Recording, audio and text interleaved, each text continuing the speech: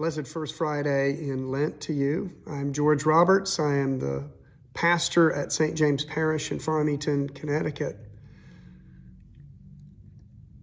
He said to Simon, "Put out into the deep water and let down your nets for a catch."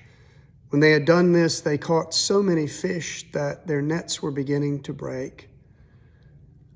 I always thought of this story that, like you, I've heard many, many times over the years, as simply the call of Simon.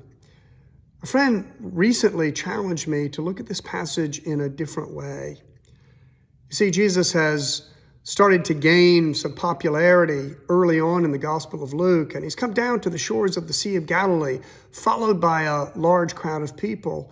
And he sits down in a fishing boat, Simon's boat, and he begins to teach the people. After he's done, he says to Simon and his companions, who are, by the way, James, John, and Andrew, he tells them, "Put out your boat into deeper water for a catch." Well, all four of these men are professional fishermen. They know what they're doing.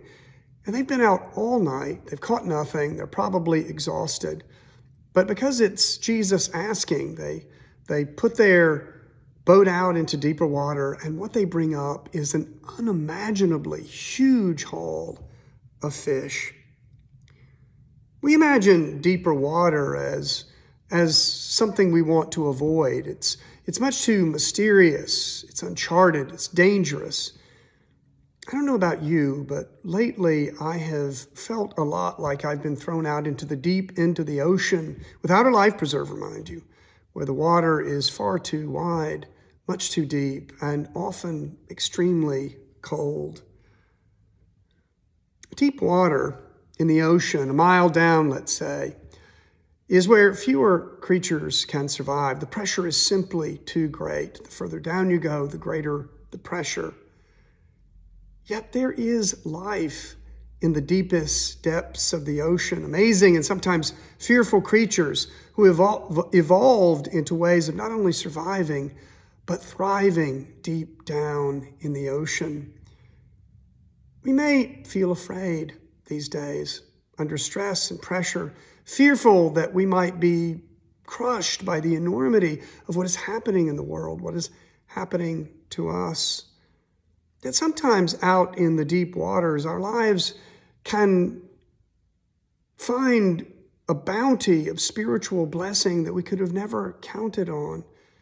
Christ, after all, is in the deep with us, in the shallow water, on the shore, wherever we are.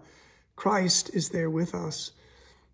And when we flail and sputter behind life's deep, dark challenges, Jesus reminds us that we can emerge because he passed through the deep, dark waters of death to save us.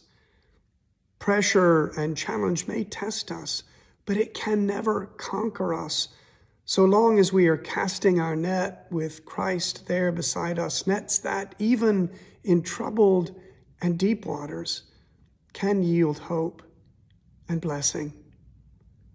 God bless you this Lent.